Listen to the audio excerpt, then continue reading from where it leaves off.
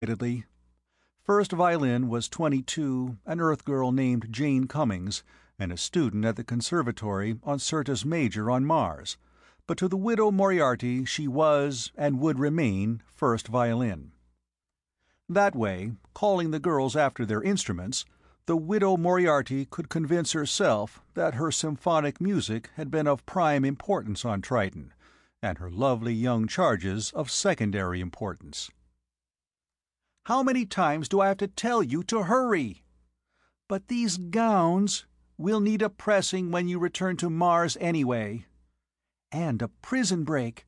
I never saw a prison break before. It's so exciting." "You're not going to see it. You're just going to hear about it. Come on, all of you." At that moment the room phone rang. "Hello," the widow Moriarty said. "This is Jenkins, ma'am, desk. The spaceport called a few minutes ago. I'm not supposed to frighten you, but, well, they're rather worried about the prison break. The escaped convict, they figure, will head for the spaceport. Disguised, he could—" "Let him try masquerading as a member of my group," the widow Moriarty said with a smile. "All the same, if you could hurry—" "We are hurrying, young man." "Yes, ma'am." The widow Moriarty hung up. "Girls!"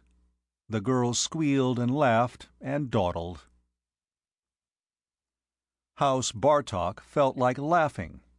He had just had his first big break, and it might turn out to be the only one he needed. On an impulse, he had decided to strike out directly for the spaceport. He had done so, and now stood on the dark tarmac between the manifest shed and the pilot barracks. And, not 10 minutes after he had reached the space field, a cordon of guards rushed there from Interstelpen and had been stationed around the field. Had Bartok arrived just a few minutes later, he would have been too late, his capture only a matter of time. As it was now, though, he had a very good chance of getting away. Circumstances were in his favor. He could get so far away that they would never find him. It was simple. Get off Triton on a spaceship. Go any place that had a big spaceport, and manage to transship out in secret. Then all the police would have to search would be a few quadrillion square miles of space.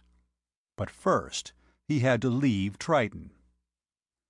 From the activity at the port, he could see that 3 ships were being made ready for blastoff. 2 of them were purely cargo carriers, but the third, Bartok could tell because he saw hand luggage being loaded, would carry passengers. His instinct for survival must have been working overtime. He knew that the third ship would be his best bet, for if he were discovered and pursued, hostages might make the difference between recapture and freedom. Bartok waited patiently in the darkness outside the pilot barracks. The only problem was how to discover which pilot belonged to which ship. The cordon of police from Interstelpen had set up several score arc lights on the perimeter of the field. The spaces between the lights were patrolled by guards, armed, as Bartok was, with blasters. Bartok could never have made it through that cordon now, but it wasn't necessary. He was already inside. The barracks door opened and a pilot came out. Tensing, ready, Bartok watched him. The 3 ships were scattered widely on the field. Venus Belle to the north, Star of Hercules to the south, Mozart's Lady to the east. Venus Belle and Star of Hercules were straight cargo carriers. Mozart's Lady, what a queer name for a spaceship, Bartok couldn't help thinking, had taken in hand luggage. So if the pilot who had just left the barracks headed east, Bartok would take him. The pilot paused outside, lit a cigarette, hummed a tune. The scent of tobacco drifted over to Bartok. He waited. The pilot walked east toward Mozart's Lady. "Ready, girls?" "Ready, Mrs. Moriarty. Couldn't we, well, sort of hang around until we see what happens?" "You mean the escaped convict?" "Yes, ma'am, hopefully." "They'll catch him. They always catch them." But, come on. Aw, gosh, Mrs. Moriarty. I said come on. Reluctantly, the 100 girls trooped with their chaperone from the hotel. Bartok struck swiftly and without mercy. The blaster would make too much noise. He turned it around, held it by the barrel, and broke the pilot's skull with it. In the darkness, he changed clothing for the second time that night, quickly, confidently, his hand steady. In the darkness, he could barely make out the pilot's manifest. The manned ship was Mozart's Lady, all right, outbound from Triton City for Mars. Well, Bartok thought, he wouldn't go to Mars. Assuming they learned what ship he had boarded, they would be guarding the inner orbits too closely. He would take Mozart's Lady daringly outward, beyond Neptune's orbit. Naturally, the ship wouldn't have interstellar drive, but as yet Bartok wasn't going interstellar. You couldn't have everything. You couldn't expect a starship on Triton, could you? So Bartok would take Mozart's Lady outward to Pluto's orbit, and wait. From the amount of hand luggage taken aboard, Mozart's Lady would be carrying quite a number of passengers. If that number were reduced, drastically reduced, the food, water, and air aboard would last for many months. Until the fuss died down.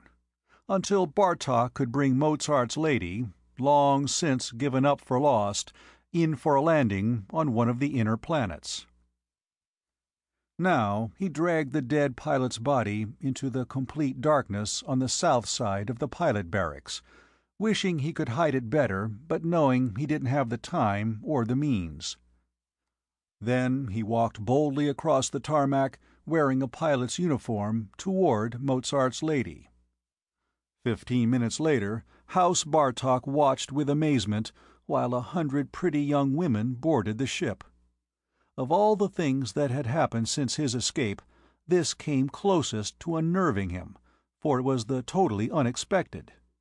Bartok shrugged, chain-smoked 3 cigarettes while the women boarded slowly, taking last-minute looks at dark Triton, the spaceport, the cordon of guards, the arc lights. Bartok cursed impotently. Seconds were precious now. The pilot's body might be found. If it were... At last the port clanged shut and the ground crew tromped away. Since even an over-age ship like Mozart's Lady was close to 90% automatic, there was no crew. Only the pilot, who was Bartok, and the passengers. Bartok was about to set the controls for blastoff when he heard footsteps clomping down the companionway. He toyed with the idea of locking the door, then realized that would arouse suspicion. A square woman's face over a plump, middle-aged figure. "I'm Mrs. Moriarty, pilot. I have 100 young girls aboard. We'll have no nonsense." "No, sir. No, ma'am." "Well, make sure." "Yes, ma'am." "And I want an easy trip, without fuss or incidents. For half of our girls, it's the second time in space, the first being when they came out here. You understand?" "Yes, ma'am." "What happened to the pilot who took us out?" Pressed into service last week on a Mercury run. I'm surprised the control board didn't tell you." "They didn't. It doesn't matter. You do your job and that's all." "Yes, ma'am," House Bartok said. "Just my job." A few moments later, Mozart's Lady blasted off. "Stop! Hey, wait!" Pitchblende Hardesty bawled at the top of his voice. But it didn't do any good. The police rushed up behind Pitchblende, not daring to fire. Moments before, they had found the dead pilot's body. They knew at once what it meant, of course. They had not been more than a minute too late. "Call Central Control on Neptune," a police officer said. "We'll send a cruiser after them." "Won't do any good," Pitchblende Hardesty groaned. "What are you talking about, fellow?" "Unless the cruise is brand new. On Neptune? Don't be silly. Newest one we've got is 10 years old." "Like I said, won't do any good. I worked that ship over, mister. I know what she's like inside.